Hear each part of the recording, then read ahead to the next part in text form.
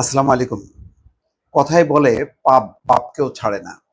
পদ্মা সেতুর ক্ষেত্রে সম্ভবত সেটাই হতে যাচ্ছে। যাদেরকে অব্যাহতি দেওয়া হয়েছিল, বলা হয়েছিল যে না, তারা দুর্নীতির সাথে যুক্ত না। এখন দেখা যাচ্ছে যে দুর্নীতি অনিয়মের প্রমাণ পাওয়া যাচ্ছে। বর্তমান দুদকের চেয়ারম্যান বলছেন যে সাবেক দুদকের চেয়ারম্যান বা দুদক কর্তৃপক্ষ গায়ের জোরে তাদেরকে দুর্নীতি থেকে অব্যাহতি দেওয়া হয়েছে। তার মধ্যে অন্যতম আছেন সৈয়দ আবুল হোসেন, আছেন সচিব মোশাররফ হোসেন, আরো অনেকে আছে। এখন নতুন করে সেটি মামলা করার বা সেই মামলাকে পুনর্জীবিত করার চিন্তা চলছে এবং সেটি স্বয়ং বলছেন দুদকের চেয়ারম্যান আব্দুল মোমেন। তিনি বলেন, যথেষ্ট তথ্য প্রমাণ থাকার পরও এই মামলা পরিসমাপ্তি করা হয়। গেল জানুয়ারিতে শুরু হওয়া অনুসন্ধানে ইতিমধ্যে পদ্মা সেতুর পরামর্শক নিয়োগে প্রাথমিক অনিয়ম দুর্নীতির প্রমাণও মিলেছে। মঙ্গলবার দুদকের কার্যালয়ে সাংবাদিকদের কথা বলেন।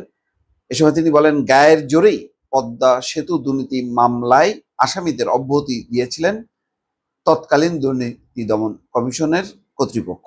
এক প্রশ্নের জবাবে দুদক চেয়ারম্যান বলেন, পদ্মা সেতুর পরামর্শক নিয়ে যে বিভ্রান্তি ছিল সেটা নিয়ে মামলা হয়।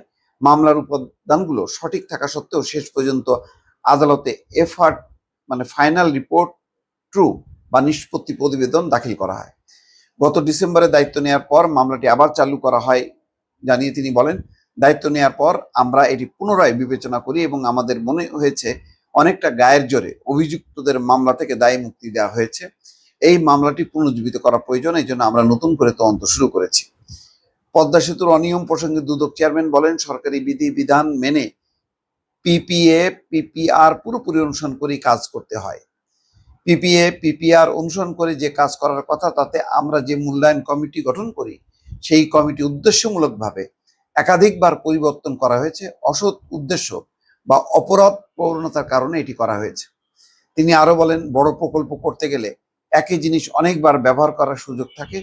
সেক্ষেত্রে যে জিনিস একবার ক্রয় করলে বারবার ব্যবহার করতে পারি, সেটা একাধিকবার ক্রয় দেখানো সমীচীন না।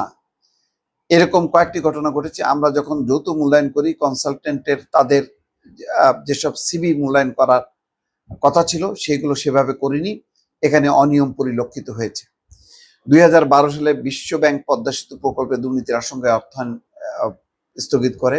এটা ওই সময় ছিল সবচেয়ে বড় একটি আলোচিত ঘটনা, রীতিমতো হইচই হয়। কিন্তু তারপরে একে একে বিশ্ব ব্যাংক, এডিবি তারা সব প্রত্যাহার করে, সরে যায় অর্থায়ন থেকে।